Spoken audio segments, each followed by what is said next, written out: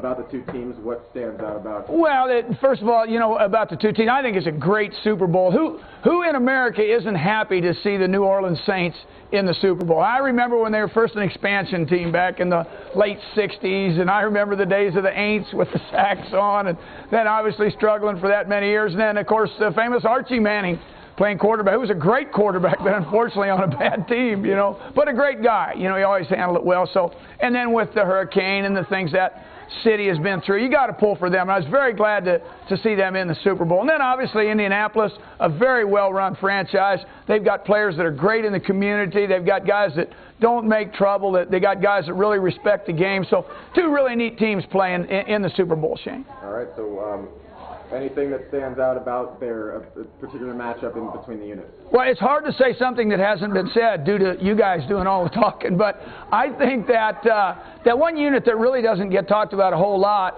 is the Colts offensive front. I think they're really good in the offensive front. Now, there's been a lot of talk about New Orleans blitz packages, which are good, but the Colts offensive front will pick them up. And I think they'll enable them to run the ball when they have to. You know, it's not like they're going to line up and really have a power running game, but they will run the ball. So I think that's kind of the X factor, the Colts offensive front, when people talk about the matchups. Now, that being said, New Orleans is a big play defense.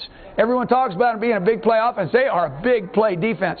Their secondary is really good.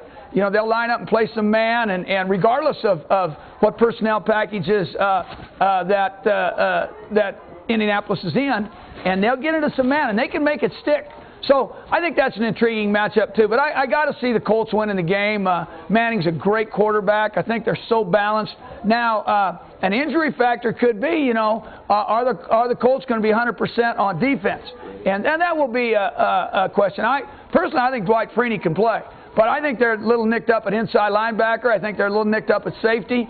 You know, it's the end of a long season. Maybe 2 weeks has had a factor in that, maybe not. I'm betting Dwight Freeney plays. All right. As a result, do you dare give a score or, you know, yeah, we need a number. All right, you know, I will give you a number. I think there'll be some scoring in the game.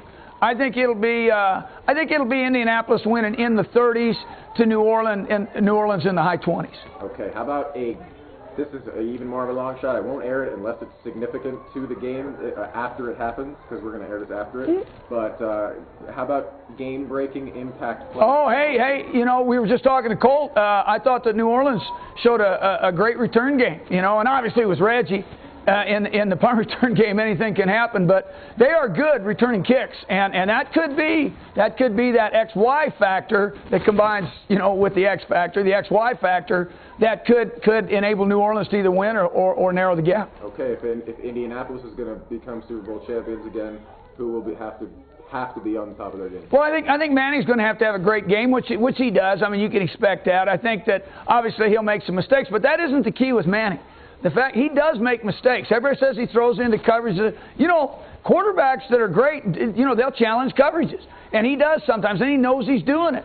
But it doesn't faze him. That's the thing. It doesn't faze him. He's been there before. And I go back to their offensive front. He's got great confidence in their offensive front. They are really, really good. You know, Howard Mudd coaches them, and he was going to retire this year. And Peyton Manning, nobody talked about it, but he's really upset. And Mudd came back to an advisory coaching type thing, and he's a real veteran in the coaching ranks, and that offensive front's good. So I think he's going to have to play great. I think, you know, for New Orleans to win, I can see maybe Reggie making a couple of big plays, maybe a run out of the backfield, which could happen, you know, or playing the kicking game. Okay. Indianapolis has started off slow all season. They've been more of a second-half game. Do you think this is a game that is decided in the final minute? I think that the game, if it plays out the way I think it will, it won't be as good a game maybe as I hope it will, because I think probably Indianapolis will have control in the fourth quarter. I'm guessing that. I hope that's not the case, but don't be surprised if Indianapolis doesn't have control in the fourth quarter. Okay. Cool, man.